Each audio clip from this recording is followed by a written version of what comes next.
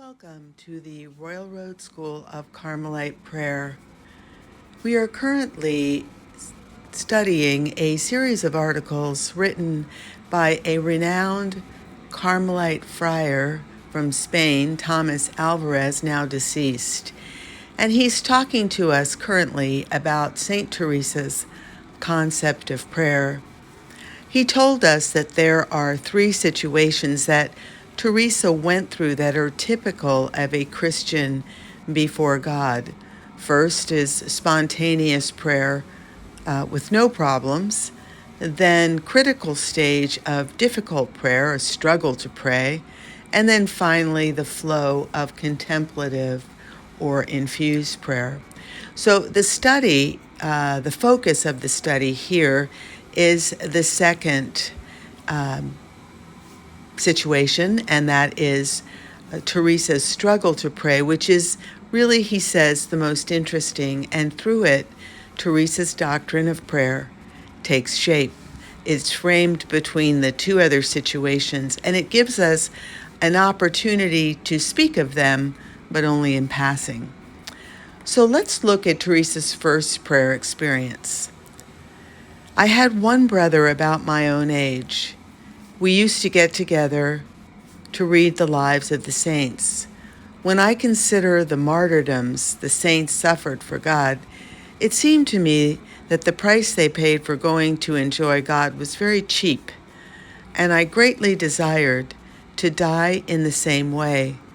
I did not want this on account of the love I felt for God, but to get to enjoy very quickly the wonderful things I read there were in heaven. A brother and I discussed together the means we should take to achieve this, and we agreed to go off to the land of the Moors and beg them, out of love of God, to cut off our heads. It seemed to me the Lord had given us the courage at so tender an age, but we couldn't discover any means. Having parents seemed to us to be the greatest obstacle.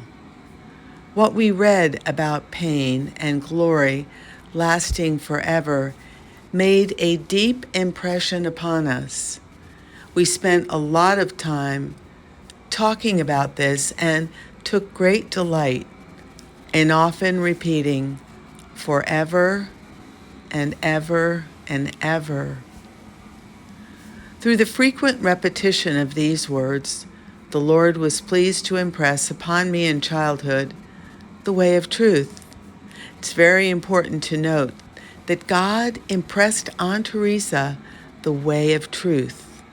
Her account had a contemplative feel at a very young age.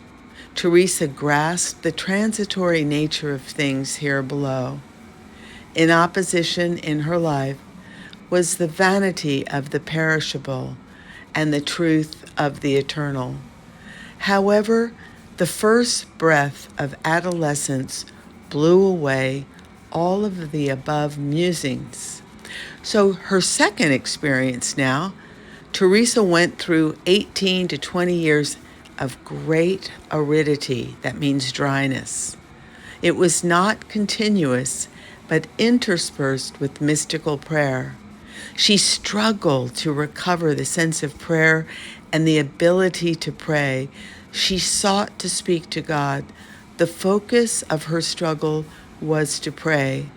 She decided to train herself to pray the prayer of recollection described by the Franciscan o.c.d. in the third spiritual alphabet.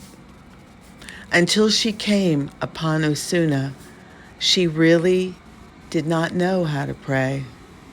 She easily grasped the idea of Christ in his humanity from a childhood practice of meeting him nightly in the Garden of Gethsemane, her earliest recollection of her personal prayer. She was determined to follow this path and experienced marvelous results that were followed by 18 years of complete dryness. There were no rules for her personal prayer in her community. Teresa herself determined to make time for daily prayer. She set aside time, and she easily made contact with Christ. Amen.